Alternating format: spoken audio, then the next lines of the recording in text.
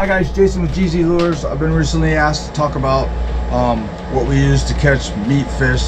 So stuff like, I don't know, skipjack tunas, smaller yellowfin tunas, sometimes mahi-mahis, stuff like that. One of the things we use, especially for skipjack tunas over 20 pounds, is the flea made by Law Lures. It's a small 4-inch, and the way we rig these up, I like to flashy boom because I use a number 3 Tulsa hook, a 1.8 crimp, and I'm going to do a Flemish eye. Get that nice and tight.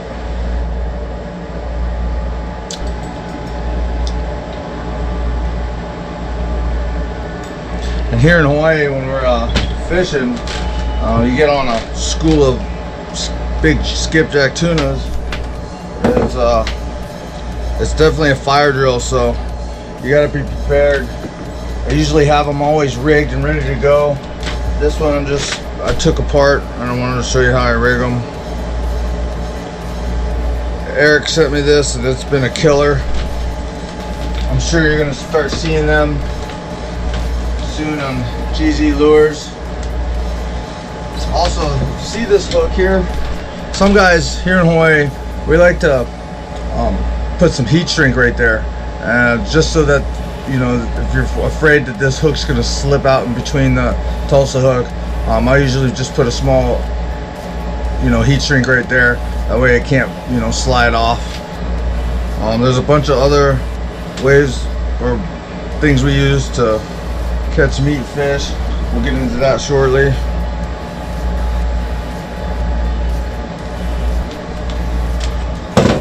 And also, my leader is going to be about 3 fathoms, 3.5 fathoms long, and the idea behind that is when I grab the leader, it's going to take me 2 to 3 pulls. I get a wrap and then fish it at the boat and I gaff it and put it in the boat, and then get the hook out as soon as possible, throw that lure back in the water and send it back, because it's usually, you know, you're getting triples, you know, you're getting 4 at a time, 5 at a time. It's like it's a Chinese fire drill for sure. And so I don't need to be wasting time sitting there, you know, leadering a bunch of leader for no reason for on a small fish. Granted, if you catch a marlin on them, which I have caught marlins on them, you know, it's kind of scary because that tail might hit the main line. But that's pretty much it right there. That's one example. Another really cool example is Darren Goya from Honolulu made me this chrome jet head, and it's got a number 3 Tulsa hook on it. And you see how I put that heat shrink right there on there so that this can't slide out. The next one we typically use is these Saltigas pencil poppers.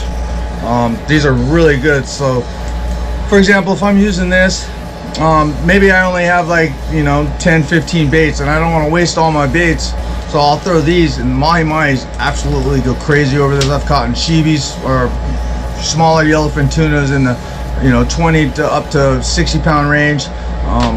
These are deadly. We use these all the time. I can show you one that's been bust up. I sometimes like to change this hook from a treble, only for my safety and my angler safety. Once we get the fish on deck, you know, these things fly out, so you don't want to get your treble hook in the hand or the face. I really like the pink top, silver bottom. They're awesome. You know, all you're doing is you're just twitching that rod tip, you know, making it pop, causing a big bubble trail, and they usually bite it right as you stop.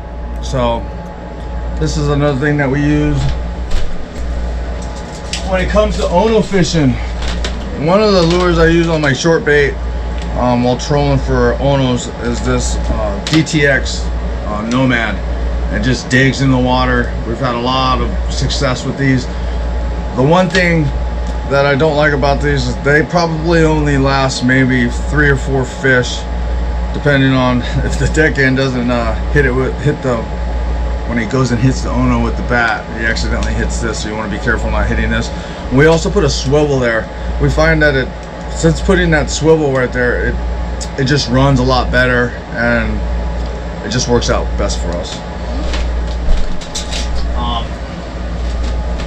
Another lure for Onos that we use, a buddy of mine, Captain Sean Rotella, makes these really awesome Ono lures, really heavy. And if you can see how I put a little cable there with the swivel, I mean not swivel, but a crimp on there. The reason why I do this is because Captain Kenny Lawn has taught me this. When the Ono eats the lure and gets hooked, and if you don't have a crimp there, this head's going to slide up the line. And when it slides up the line, the other Ono is going to come and eat that lure head with no hook on it, and it's going to cut you off. So this prevents the lure from sliding up and down the leader. Sean Rotella, he makes some really cool lures, and one of my favorites is some of his lead heads for Onos. And then the typical one that we use here is just a regular jet head, the red eye, double hook rig, obviously. And all my leaders on my Ono lures are going to be about 3.5 fathoms long for the same reason. 1, 2, 3, get a wrap, gaff the fish, fish is in the boat. Alright guys, so one more thing. Lately, this has been my lure spread. Sorry for all you lure makers out there, but the Molecraft Purple Soft Head is a deadly bait. You know, if I'm not knowing what they're biting at the time, you put out Purple Soft Head and you can't go wrong there. Another lure that's been doing really good for us lately is the Tsutomu Strawberry Pearl Bullet 9-inch. This thing's action. If you guys haven't got any of the Magic Heat Shrink, this Magic Heat Shrink is awesome. I'm definitely a fan, and I'm not just saying that because I'm with GZ. This is really stiff. It just works really good. It's probably the best heat shrink that I've ever came across. Hopefully I'm going to be getting some more of those. And yeah, that's our spread. Changing bullets been doing really good for us too. The hibiscus skirting in there, and can't forget about the good old baby smash bait. All right guys, I hope that works out for you. Hope I helped you out on how we do our things. Yeah,